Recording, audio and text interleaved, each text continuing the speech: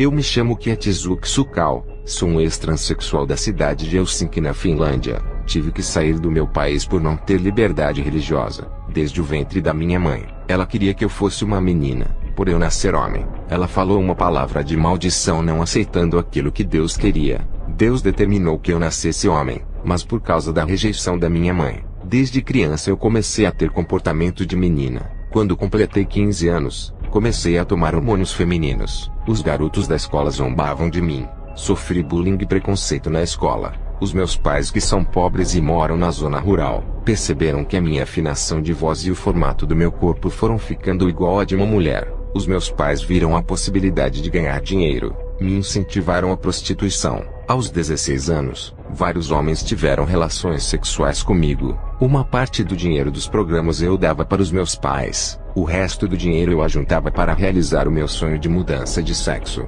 Aos 20 anos de idade, já tinha dinheiro suficiente para fazer a cirurgia de remoção peniana. Passei por tratamento psicológico antes da cirurgia. Fui ao Hospital Camila para fazer a cirurgia. O médico disse: "Por que você quer mudar de sexo? Pode ser um homossexual sem precisar remover nada." Eu disse: "Eu quero mudar. Esse órgão genital não me pertence. Foi um erro de Deus ter dado um corpo de homem para mim. A natureza foi cruel comigo. A minha alma é feminina que está em um corpo errado. Eu quero casar e ter filhos. Quero ser mãe." O médico me disse: "A cirurgia de remoção não tem volta." Fui para a mesa de cirurgia e tomei anestesia. Horas depois, acordei sendo uma mulher feliz e realizado. Comecei a trabalhar em bares, ruas e casas noturnas de programa. Aonde tinha turismo sexual eu estava lá. Homens turistas de diversos países saíram comigo. Ganhei muito dinheiro, mas a maior parte desse dinheiro vai para as mãos dos donos de casas noturnas. Eles enriquecem com essas empresas ilegais pagando uma quantia de dinheiro para as autoridades deixarem eles em paz. As polícias são subornadas, e o governo corrupto arrecada muito dinheiro mesmo sabendo da ilegalidade. As boates da Tailândia têm uma fatura de 300 milhões de dólares por ano na venda dos corpos. Os donos lucram em cima dos transexuais. Quem trabalha nessas empresas não enriquecem,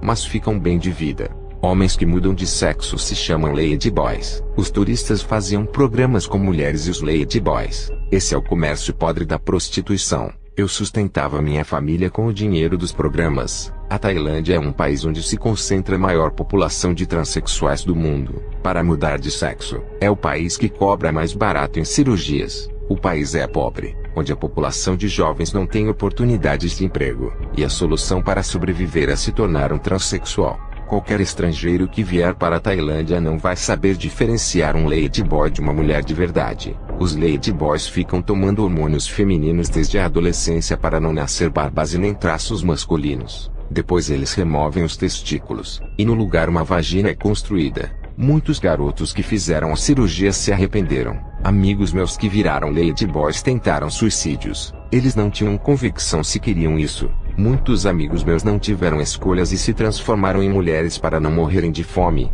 Ser transexual dará a eles um salário para os seus sustentos em um país onde são poucas as oportunidades de empregos. Alguns amigos meus se arrependeram da mudança de sexo. Foram ao médico para consertarem e voltar atrás. Os médicos disseram que era irreversível. Não tinha mais jeito. Por causa disso vários amigos meus se suicidaram. Eu não tinha me arrependido pela mudança. Um rapaz chamado Shanarong se apaixonou por mim pensando que eu era mulher. Nesse tempo, eu tinha uma segunda identidade com um nome feminino. Ele nunca desconfiou de nada. A minha cirurgia genital me deixou igual a uma mulher. Eu não engravidava por não ter útero. O meu sonho era ter óvulo com útero. Eu estava disposto a pagar muito dinheiro para os médicos colocarem um útero vivo de uma mulher em mim.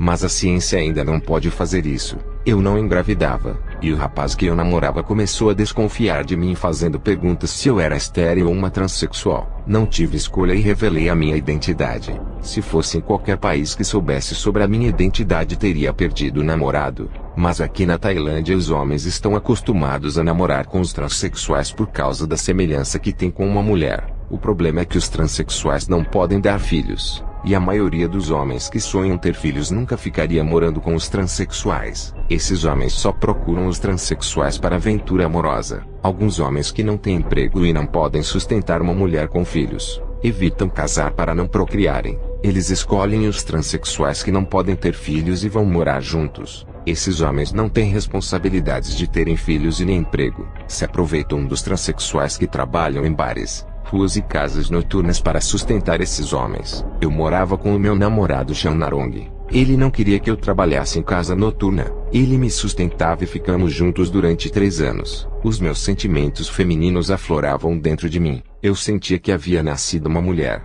Algo maligno me convencia. O meu namorado queria ser pai. Eu não podia dar filhos. E por causa disso ele me humilhava e dizia que eu não era mulher. Me chamava de anormal e experiência científica. Fiquei muito magoado e voltei a fazer programas escondido. Eu mentia dizendo que tinha conseguido um emprego diferente. Muitas mulheres também mentiam que tinham conseguido um emprego. Escondiam que faziam programas. E pegavam doenças sexualmente transmissíveis e passavam para os seus maridos. O meu namorado me viu na rua fazendo programas. Eu voltei para casa e arrumei as minhas malas. Estava indo embora. A minha amiga, que se chamava Sumali, era uma transexual. Ela se envolveu com um homem. Ela era a ladyboy mais linda do bairro. A sua beleza superava até mesmo de muitas mulheres. Como um homem poderia se transformar em uma linda mulher? O seu namorado, com ciúmes dela com o seu amigo, assassinou a minha amiga. A minha vida começou a ficar difícil. Estava na depressão. Não queria saber mais de me relacionar com os homens por não ter a capacidade de gerar filhos. Vários homens que moravam juntos com os transexuais terminavam o relacionamento indo morar com mulheres de verdade, realizando os seus sonhos de terem filhos.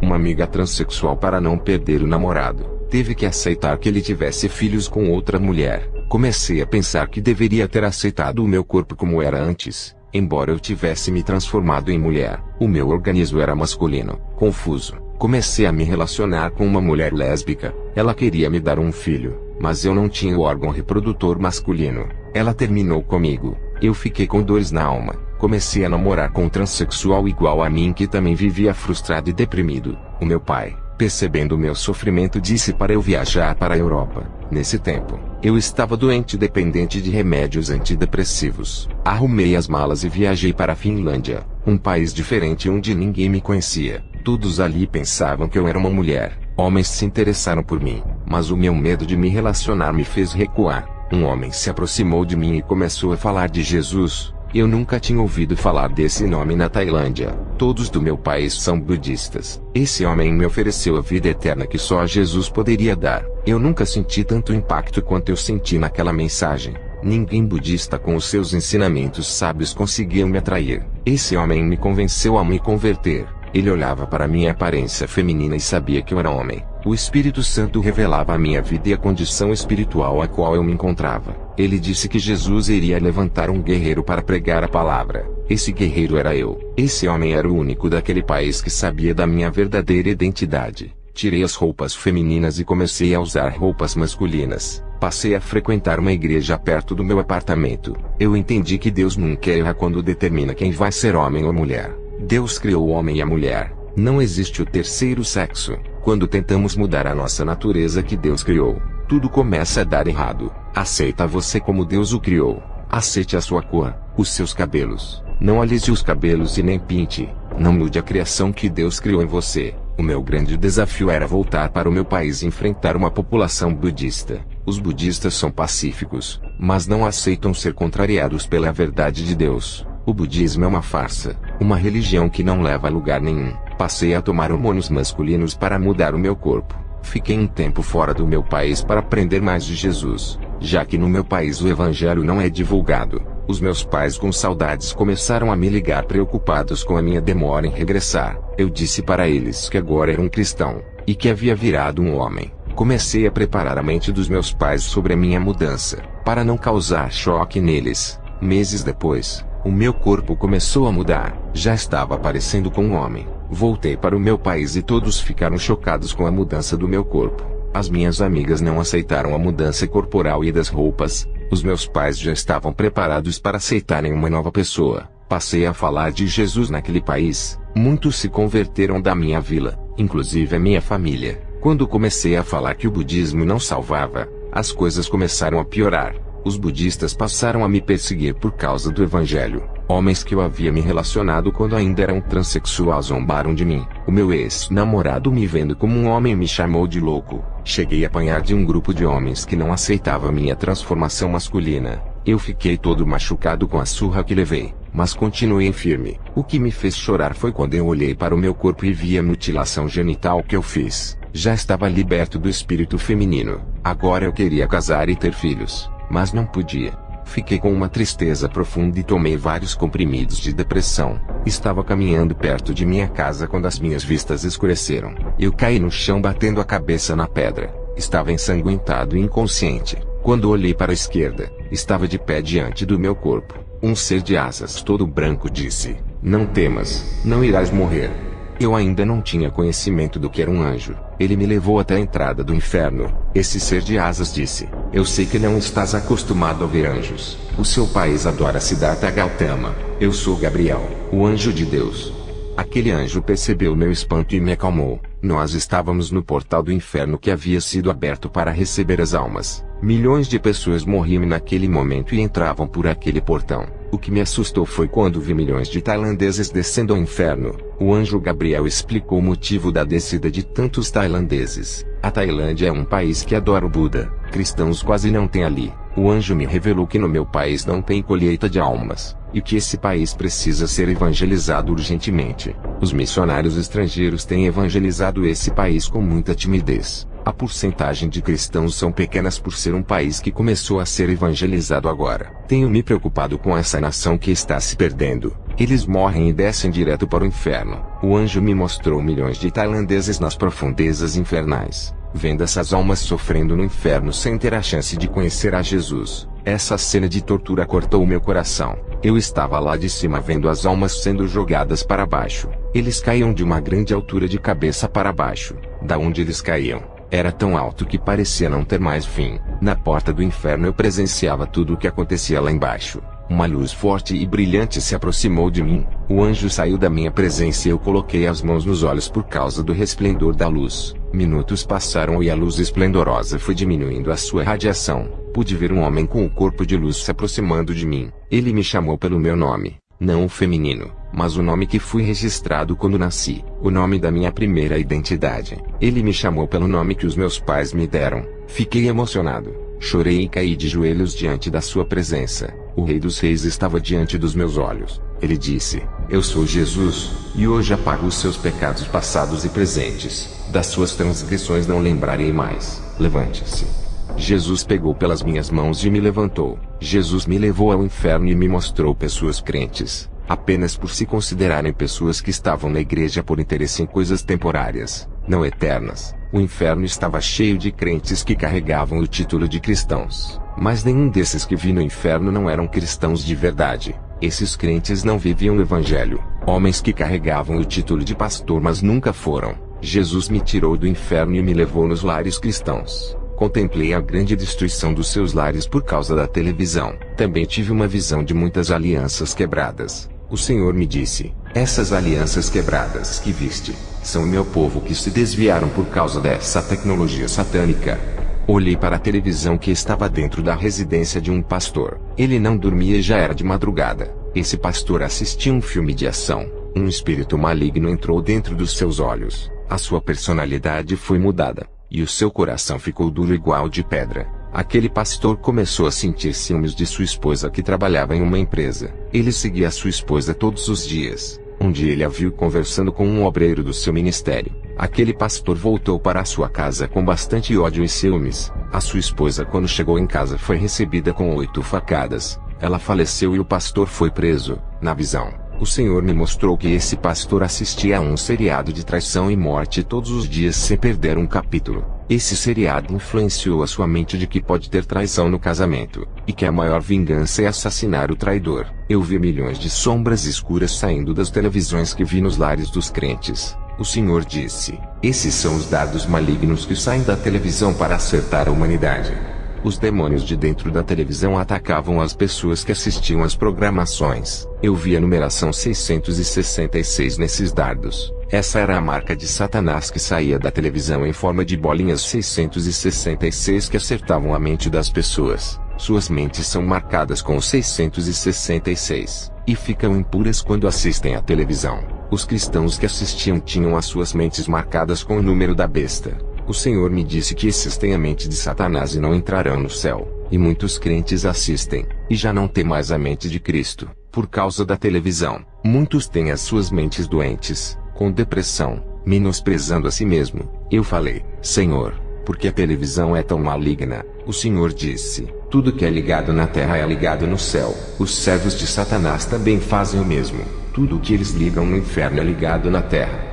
O Senhor me mostrou uma rede de fios grossos de televisão. Esses fios são espirituais, e estão ligados e conectados atrás da televisão. Esses fios espirituais têm uma parte que entram dentro da televisão, e a outra parte dos fios descem para dentro da terra. O Senhor disse, esses fios que descem para dentro da terra chegam até o inferno. Os fios espirituais ligam a televisão e o inferno. Por isso que a indução da televisão é infernal. A sua influência leva muitos para a perdição. Quantas almas se salvariam se não a assistissem? O Senhor Jesus me levou até a minha casa que tem televisão. Ele disse, meu servo, vou provar para ti a ligação da televisão com o inferno. Esse fio grosso que viste é o caminho que leva para o inferno, e a tela da televisão é o portal de acesso. Jesus segurou a minha mão, e juntos entramos dentro da televisão através da tela e descemos por dentro daquele fio grosso espiritual. Descemos em alta velocidade dentro do fio. A tela da televisão é a entrada, e o fio grosso foi o caminho que me levou ao inferno. Quero explicar à igreja que esse fio grosso é espiritual. Não podemos ver com os olhos carnais. Jesus me permitiu que eu visse vários fios parecendo cabos grossos. Aqueles fios parecendo cabos gigantes não são as únicas entradas que dão acessos ao inferno. Existem vários portais que levam ao inferno. Quando eu e Jesus chegamos ao inferno, fui no vale de cristãos que usavam a palavra de Deus não para edificar, e sim para matar a fé e arrancar os povos das igrejas sérias. Cristãos que discutem acerca do evangelho, não concordavam com nada. Um falava mal da igreja do outro. Os que atacam a santa doutrina também estão no inferno. Eles estão naquele lugar por causa da língua. Falavam coisas que não agradam a Deus. Os julgadores também estão no inferno. Jesus disse acerca dos crentes que escandalizam a sua obra dando mau testemunho. Ele disse, a balança serve para medir a quantidade de pesos. Quanto maior for o peso, mais o preço aumentará. Todo o mal que cada pessoa faz na terra será colocado na balança da justiça divina. Quanto maior for a pesagem do mal, mais o preço do castigo será alto. Em breve todo o mal será cobrado por mim. Com a mesma medida que mediste, com a mesma serão medidos. O Senhor Jesus me mostrou no inferno cristãos que não sabiam conviver com os demais. Eles não aceitavam as personalidades diferentes. Queriam que todos fossem iguais a eles. Esses irmãos não tinham harmonia com outros e viviam em pé de guerra. Por causa da desunião, eles estavam no inferno. Vi uma amiga minha transexual no inferno. Os demônios a atormentavam e a estupravam. Ela pedia ajuda para eu lhe tirar daquele lugar. Eu não podia fazer nada. O Senhor me mostrou um grupo de cristãos no inferno por serem ingratos. Esses irmãos eram assim. Quando seus ministérios estavam sendo ajudados por outros irmãos, eles não enxergavam o lado bom de cada irmão. Quando os irmãos deixaram de ajudar os seus ministérios, eles começaram a ver falhas e defeitos e passaram a criticar. Outros irmãos estão no inferno por se orgulharem de terem ajudado a obra de Deus. Eles se comparavam aos demais cristãos e diziam em seus corações, somos melhores do que eles. Nós fazemos e eles não fazem. Merecemos os maiores cargos.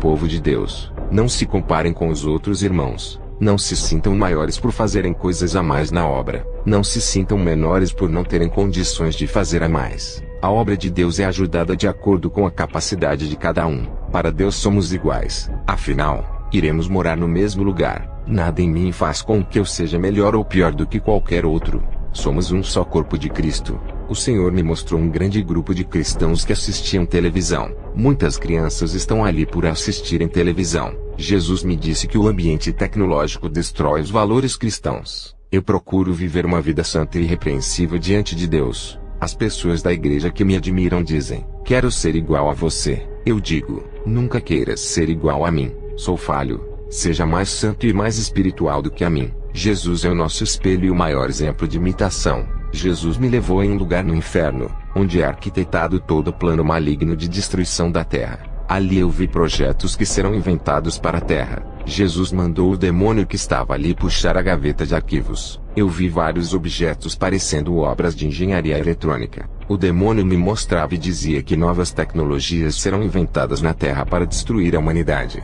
Ele me mostrou o desenho da primeira televisão antiga. As suas imagens eram em preto e branco. Depois me mostrou a evolução da televisão, como ficou mais moderna para atrair mais pessoas a tê-las. Jesus disse: aqueles que se aproximarem de mim, afastem-se do pecado, pois o pecado impede que o homem entregue a sua vida inteira para mim. O pecado é uma parede que separa o homem de mim, e quando ele morre com o seu pecado vem para esse lugar. Olhe meu servo para as pessoas que estão aqui. Eles clamam e pedem misericórdia. Esse é o lugar onde estão todas as pessoas que foram separadas de mim pelo pecado. Mesmo quando morrem, os seus pecados continuam vivos em suas almas, separando eles de mim. Eles morreram com os seus pecados e não podem mais serem redimidos. Os seus pecados sempre vão ser a parede que me separa deles eternamente nesse lugar. O Senhor Jesus me levou no Vale dos Transsexuais. Também vi algumas amigas minhas ali. Eu falo que são amigas, pelo fato deles negarem a sua natureza masculina, e transformarem o seu corpo no feminino. Os demônios atormentam os transexuais com lanças de fogo empurrando em suas partes íntimas. Os demônios zombavam dizendo: vocês vão sofrer por terem removido seus órgãos masculinos. Suas abominações estão parecendo com nós, tirando a imagem daquele que morreu por vocês. Eu vi cobras gigantes entrando em seus orifícios por praticarem sexo anal. Os transexuais gritavam de dores e se retorciam. O Senhor Jesus me mostrou milhões de demônios do divórcio que agem através da televisão e das redes sociais. O objetivo desses demônios são de quebrar os laços familiares e causar desordem nos lares. As igrejas estão sendo destruídas pelas tecnologias. O Senhor me mostrou pastores evangélicos assinando contratos com as emissoras para fazerem programas. Eu vi no contrato escrito: é proibido falar contra o cigarro, bebidas, nem contra a sensualidade, homossexualismo, transexualismo, lesbianismo e produtos de beleza feminina como batom e maquiagem. Na cláusula feita pelo dono da emissora, se violasse, o programa seria tirado do ar. Os canais de televisão vivem de audiência, e qualquer pregação contra o pecado faz a audiência cair. Ninguém vai querer assistir uma emissora que repreende o pecado. Também não pode falar contra as roupas curtas e as tintas de cabelo em uma emissora. O canal tem um contrato com as empresas de modas e de tintas de cabelo. As empresas da vaidade pagam caro para as emissoras deixarem eles apresentarem os seus comerciais ao público que os assistem. Qualquer pastor que fala contra a vaidade dentro da televisão, prejudica os comerciais das empresas. O marketing que as empresas de cigarros e bebidas fazem na emissora, geram grandes lucros para o canal. Qualquer pastor que pregar contra cigarros e bebidas perderão as suas programações. Jamais os donos das emissoras irão perder rios de dinheiro por causa de uma pregação. Qualquer homem de Deus que deseja pregar contra o pecado, não terá força em uma rede de televisão. Isso explica o quanto a televisão é maligna. A sua criação no inferno foi projetada para espalhar todo o pecado na face da terra. Eu disse: Senhor, o que os evangélicos vão fazer nessas emissoras se não podem pregar a verdade? Jesus me respondeu: nem se deita o vinho novo da minha palavra em odres velhos desse mundo.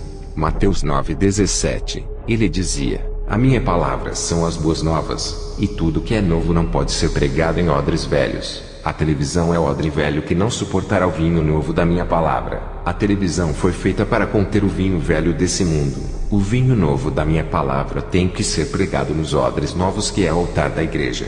O que eu vi na cláusula do contrato da emissora foi falar de curas, bênçãos, milagres, riquezas, autoajuda, autoestima, prosperidade e fórmulas sentimentais. Essas doutrinas podem pegar, porque dão audiências para as emissoras. Tudo o que se pode falar na televisão não salva. Jesus disse: está vendo meu servo, porque a televisão é de Satanás. É proibido falar da minha verdade. Esses homens que tu viste pregar nas emissoras não são os meus servos. Não têm compromisso com a minha palavra. Assinam esses contratos malignos compactuando com o mal. Eles pensam no seu ventre, bem-estar e ganhar dinheiro. Tive outra visão com uma aliança rompida no meio. Jesus disse: Satanás tem quebrado o ligamento da igreja comigo, usando seus instrumentos de engano. Ele tem destruído o meu noivado com o meu povo, afastando a minha noiva de mim, rompendo a aliança espiritual que firmei com a igreja na cruz do Calvário. Os falsos mestres enganam as pessoas, fazendo de cobaias de demônios. Pela falta de conhecimento da minha palavra, eles foram transformados em bonecos de ventrílocos desses falsos pastores. O Senhor me mostrou a desunião das igrejas e dos homens de Deus que saíram dessas igrejas para não congregarem em mais nenhuma. Esses que não congregam mais estão fora do corpo de Cristo e perderam a sua salvação por não serem mais membros. Eles cometeram suicídios em suas vidas espirituais, matando as suas comunhões com Jesus. Jesus disse que a igreja é um corpo espiritual desse mundo. Esse corpo está ligado ao céu através do sangue de Jesus. A igreja é um organismo vivo, e nós somos cada pedaço da composição desse corpo. Assim como nenhum órgão não sobrevive fora do corpo, a mesma coisa é o cristão que se desmembra do corpo de Jesus. A igreja é esse corpo, e o membro que sai morrerá espiritualmente. Cada membro está ligado com esse corpo vivo, a qual Jesus é a cabeça desse corpo. Não fiquem sem congregar. O Senhor mandou um alerta aos verdadeiros pastores. Ele disse: diga aos pastores para ensinarem os novos convertidos por causa do engano dos falsos profetas. O Senhor me mostrou demônios usando aquilo que as pessoas mais gostam para armarem ciladas do pecado. Eles estão projetando as suas armadilhas de morte usando iscas dos prazeres do mundo. O Senhor me mostrou a vitrine do mundo. Observei que tem milhões de coisas boas, pecaminosas e de ótima qualidade que causam destruição. São muitas coisas atrativas e prazerosas que o mundo tem para oferecer. Jesus disse: tudo isso são armadilhas para a morte. Existem 3 inimigos mortais do cristão que são a sua carne, os prazeres do mundo e Satanás. Satanás precisa da legalidade para poder agir. O que ele faz é induzir. Sem legalidade, Satanás não terá forças para destruir. O inimigo mais feroz que Satanás é o mundo com os seus prazeres, modernidade, prostituição e o dinheiro. O mundo tem derrubado mais crentes do que o próprio Satanás. O mundo seduz os meus servos para a morte, mas o pior inimigo mais mortal que o mundo é a própria carne. A carne não quer obedecer a minha palavra desejando o mundo. É uma luta da carne e o espírito. A carne quer fazer a vontade de Satanás. Por isso ele usa o mundo e a carne para desviar os meus servos. Ele trabalha nos desejos, emoções e sentimentos pessoais, oferecendo todas as formas de prazeres do mundo. Tudo o que a carne deseja, Satanás usa em seu favor. O dinheiro tem sido o ouro de consumo de toda a carne, e o instrumento de corrupção do mundo e da minha palavra. O Senhor me mostrou milhões de almas sedentas e famintas correndo atrás da verdade. Todas eram enganadas pelas seitas. No meu país, é o budismo que tem enganado. Eu tenho levado o evangelho nesse país sem chamar atenção. Cristãos que têm liberdade de falar de Jesus em seu país. Aproveitem, não fiquem parados. Não usem o evangelho para enganar e arrecadar dinheiro. No meu país não há liberdade. Eu era transexual, e não sabia que existia um inferno de fogo. Se eu morresse nessa abominação, estaria hoje no inferno. Deus teve misericórdia por eu não conhecer o evangelho e me livrou desse lugar. Vocês que conhecem o evangelho e usam para enganar, pagarão um alto preço. Não serão tomados por inocentes. Jesus me disse sobre as novas estratégias de Satanás para ganhar almas. As seitas têm ganhado muitas almas para o inferno. Essas falsas religiões são como barreiras que impedem do evangelho ser pregado. Satanás usa de engano com as religiões para tirar do caminho de Jesus. Ele tem trabalhado nos 4 cantos do mundo. Muitos morrem e vão para o inferno por causa das falsas religiões. E o povo de Jesus não estão combatendo essas mentiras, denunciando essas obras. Jesus me mostrou grandes buracos profundos sendo abertos pelos demônios em cada caminho dos cristãos. Eles caminhavam despercebidos do perigo que estava na frente do caminho sem vigiarem. Todos esses caíam dentro dos buracos do abismo. Você que é um cristão, desmorone a parede do pecado que lhe separa de Deus. Se aproxime dele. Quem é amigo do mundo torna-se inimigo de Deus. Eu vi milhões de demônios trabalhando para impedirem que as pessoas se afirmem nos caminhos de Deus. Meus irmãos, suas hierarquias nas igrejas não importam. Cargos não significam nada para Deus. O que assusta os demônios é viver uma vida obediente à sua palavra. Viva uma vida espiritual de comunhão com Deus. O pastor não é maior do que o diácono, e nem o presbítero é maior do que o menor da igreja. No mundo espiritual isso não tem importância. O maior é sempre o humilde que busca Deus de todo o seu coração. O pequeno diante de Deus se torna grande, e o que se engrandece se torna pequeno para Deus. Deus não aceita cargos levantados do homem, irmãos ungidos pelos seus líderes. Ele aceita aqueles que ele unge e levanta para a sua obra. Os seus ungidos têm valores no mundo espiritual e incomodam os demônios, mesmo que não tenha cargo em sua igreja. Ore, Deus vai lhe informar e colocar de pé. Jesus me disse as últimas palavras assim: leve o meu evangelho para o seu país, livre eles do fogo do inferno.